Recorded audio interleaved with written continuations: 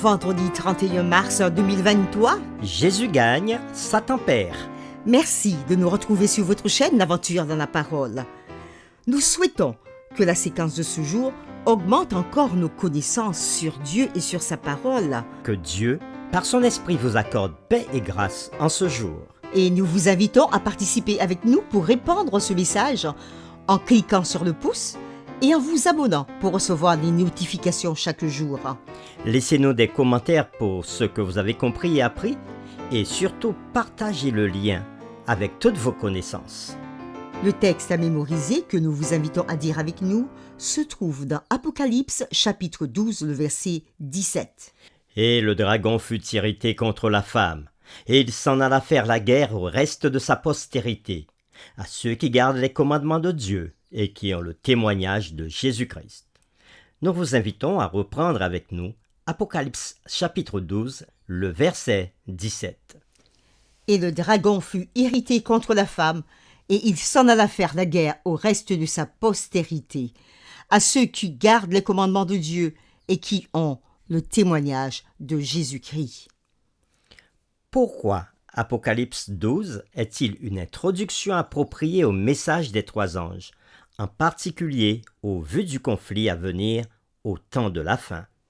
En quoi Apocalypse chapitre 12 est-il rassurant pour vous et pour moi personnellement dans les tentations et les épreuves que nous affrontons quotidiennement? Pour lui obéir, Dieu a une armée qui se lève pour le servir. Peuple de Dieu, lève tes mains pour l'adorer. Peuple de Dieu, ouvre ta bouche. Dieu Les réflexions de cette semaine nous ont aidés à répondre à ces questions. Et nous avons commencé le samedi 25 mars 2023 en introduisant le nouveau trimestre d'études autour du thème « Les messages des trois anges ». Puis, nous avons aussi introduit le thème de la semaine « Jésus gagne et Satan perd ». Le dimanche 26 mars, dans la séquence La guerre dans le ciel, Apocalypse chapitre 12 présente une série d'épisodes dramatiques, un aperçu du conflit séculaire entre le bien et le mal qui a commencé dans le ciel, mais qui se terminera ici sur la terre. Ces épisodes nous font remonter le cours du temps, depuis la scène d'ouverture de la rébellion de Satan dans le ciel, jusqu'à ses attaques vicieuses contre le peuple de Dieu dans les derniers jours. Et nous avons poursuivi le lundi 27 mars avec la séquence « L'attaque de Satan ». Et nous avons vu que dès le début, Satan a cherché à détruire Christ. Toutefois, il a échoué à chaque tentative. Jésus a conquis et vaincu pour toujours ce que le péché et le mal pouvaient lui faire de pire. Il a pris le dernier assaut contre le mal et l'a vaincu. Lorsque nous acceptons Jésus par la foi, sa victoire est la nôtre. Le mardi 28 mars, dans la séquence « Accepter la victoire de Jésus », nous avons vu que lorsque nous acceptons par la foi ce que Christ a fait pour nous, notre dette est annulée et nous sommes parfaits aux yeux de Dieu. Nos péchés sont pardonnés, comme nous le dit Colossiens chapitre 1, verset 14, Éphésiens 1, verset 7, Colossiens 2, verset 14. Et l'accusateur de nos frères a été précipité, comme nous le dit Apocalypse 12, verset 10. Nous sommes rachetés, victorieux et sauvés, non par grâce à nos propres mérites, mais grâce aux victoires de Christ en notre faveur. Le mercredi 29 mars, avec la séquence « La femme dans le désert », nous avons vu que la femme citée dans Apocalypse chapitre 12 représente l'Église de Dieu.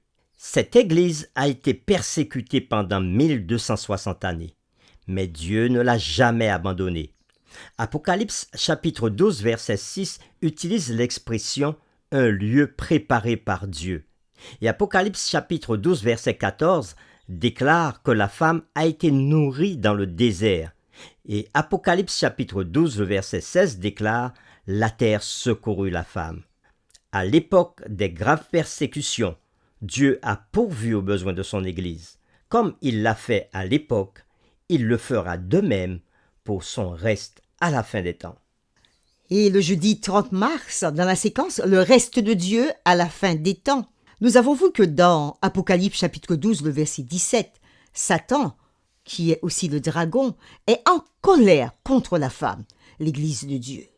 Le diable est furieux contre un peuple qui garde les commandements de Dieu et il fera tout ce qu'il peut pour tenter de le détruire. Mais en Jésus, à travers Jésus, par Jésus et à cause de Jésus, notre victoire est assurée, à condition que nous restions connectés à lui. Ce que nous faisons par la foi, une foi qui conduit à l'obéissance. Et aujourd'hui, comme chaque vendredi, nous poursuivrons avec des réflexions avancées. Aujourd'hui, nous parlerons principalement de l'importance du chapitre 12 du livre d'Apocalypse. On pourrait à juste titre appeler Apocalypse chapitre 12 la charnière ou le pivot du livre entier de l'Apocalypse.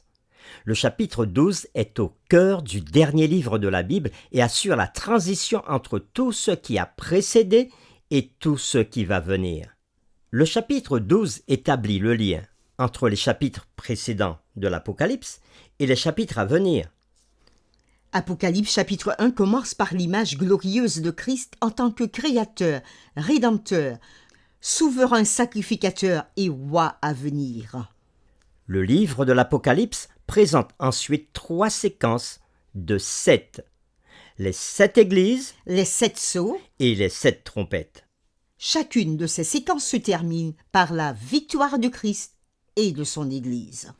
Le but de ces premiers chapitres est de révéler clairement comment Christ fait finalement échouer les tentatives successives de Satan pour détruire le peuple de Dieu et de montrer le triomphe ultime de Jésus-Christ dans le conflit cosmique entre le bien et le mal. La révélation de Jésus-Christ dans chacun de ces chapitres ouvre la voie dans Apocalypse, chapitre 12, le verset 17, à la révélation de Jésus à son peuple. Avant cette révélation, dans chaque séquence successive de 7, nous voyons qu'il y a les croyants fidèles qui ont remporté la victoire, ceux qui ne cèdent pas aux forces oppressives du mal, ceux qui sont fidèles à Jésus-Christ et ceux qui se prosternent avec les fidèles de tous les âges devant son trône, comme nous le voyons dans Apocalypse chapitre 7, les versets 9 à 12. Dans la dernière de ces séquences des 7, le 7e ange fait retentir sa trompette en disant d'une voix forte « Le royaume du monde est remis à notre Seigneur et à son Christ, et il régnera au siècle des siècles. » Apocalypse chapitre 11, le verset 15.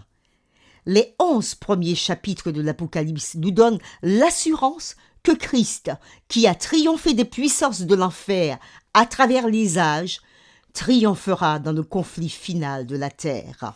Bien que la vérité ait été foulée aux pieds, le peuple de Dieu persécuté et des dizaines de milliers de personnes martyrisées, Satan n'a jamais été capable d'étouffer la vérité de Dieu et de détruire complètement son peuple.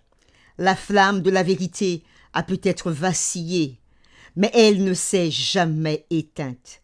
Il y a toujours eu une lumière dans les ténèbres. Finalement, la terre entière sera éclairée de la gloire de Dieu, comme nous le dit Apocalypse chapitre 18, le verset 1. L'écrivain américain James Russell Lowell l'exprime bien dans son poème « The Present Crisis ». La vérité toujours sur l'échafaud. L'erreur toujours sur le trône. Mais cet échafaudage balance l'avenir, Et derrière le sombre inconnu, Dieu se tient dans l'ombre. veillant sur les siens. Fin de citation. Dans le chapitre 12 du livre de l'Apocalypse, il y a 2 versets clés. Le verset 11 et le verset 17. Le verset 11 qui parle de la victoire des saints et le verset 17 qui parle du reste. Arrêtons-nous ensemble sur le 2e passage clé et définissons ce qu'est le reste dans la Bible. Le terme reste est utilisé tout au long de la Bible pour décrire le peuple fidèle de Dieu. L'Ancien Testament utilise le mot reste ou son dérivé d'au moins 3 façons différentes. Premièrement, il y a le concept de préservation. Les membres de la famille de Jacob ont été préservés de la famine dévastatrice grâce à l'intervention de Joseph, comme nous pouvons le lire dans Genèse chapitre 45, le verset 7. Ce verset parle de ces membres de famille comme de la postérité de Jacob, ou littéralement comme le reste. L'accent est mis ici sur le fait que les descendants de Jacob ont été préservés. De même, le reste de Dieu à la fin des temps est préservé des attaques du dragon et de ses alliés, la bête et le faux prophète.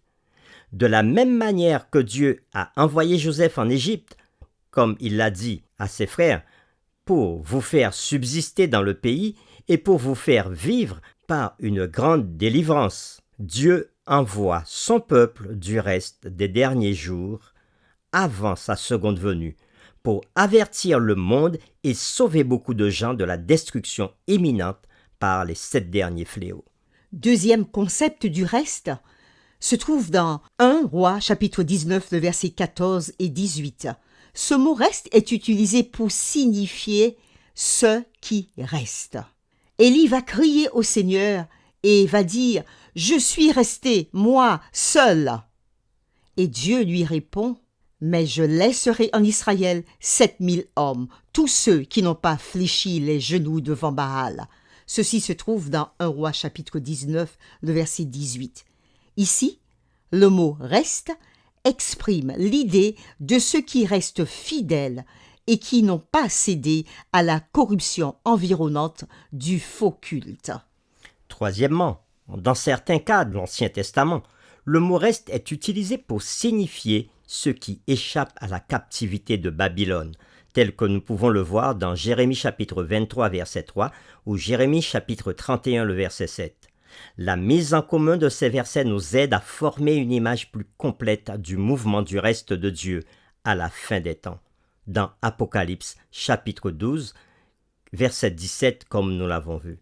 En résumé, ce peuple du reste peut être identifié par sa loyauté envers tous les commandements de Dieu.